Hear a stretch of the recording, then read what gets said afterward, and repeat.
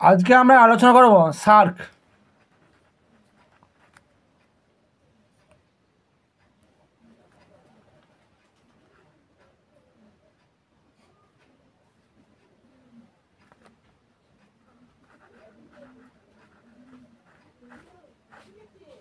ঠিক আছে, সার্ক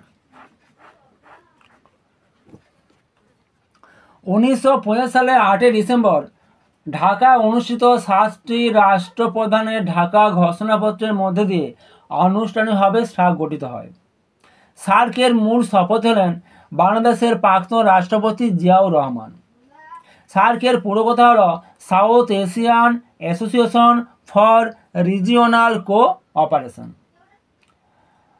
1950 সালে 8 ডিসেম্বর ঢাকা সম্মেলনে সার্কের সনদ গৃহীত হয় এবং এই সনদে একটি প্রস্তাবনা এবং 10টি ধারা রয়েছে। সার্কের মূল সদস্য রাষ্ট্র হলেন বাংলাদেশ, শ্রীলঙ্কা, মালদ্বীপ, ভারত, পাকিস্তান, নেপাল ও ভুটান। এই 7টি সদস্য রাষ্ট্র মূল সদস্য রাষ্ট্র। এবং 2007 সালে ত্রয়োদশ শীর্ষ সম্মেলনে আফগানিস্তান সার্কের নতুন সদস্য রাষ্ট্র হিসেবে যুক্ত হয়। সার্কের প্রধান উদ্দেশ্য হল দক্ষিণ এশিয়া জনগণের কল্যাণ সাধন এবং তাদের জীবনযাত্রার মান উন্নত করা।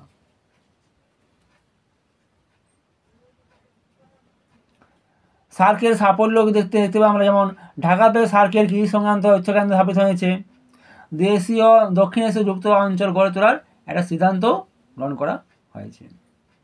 সার্কের সদর দপ্তর অর্থাৎ কেন্দ্রীয় কার্যালয় নেপালের কাঠমান্ডুতে অবস্থিত। সার্ক হলো একটা দক্ষিণ এশীয় আঞ্চলিক সংস্থা।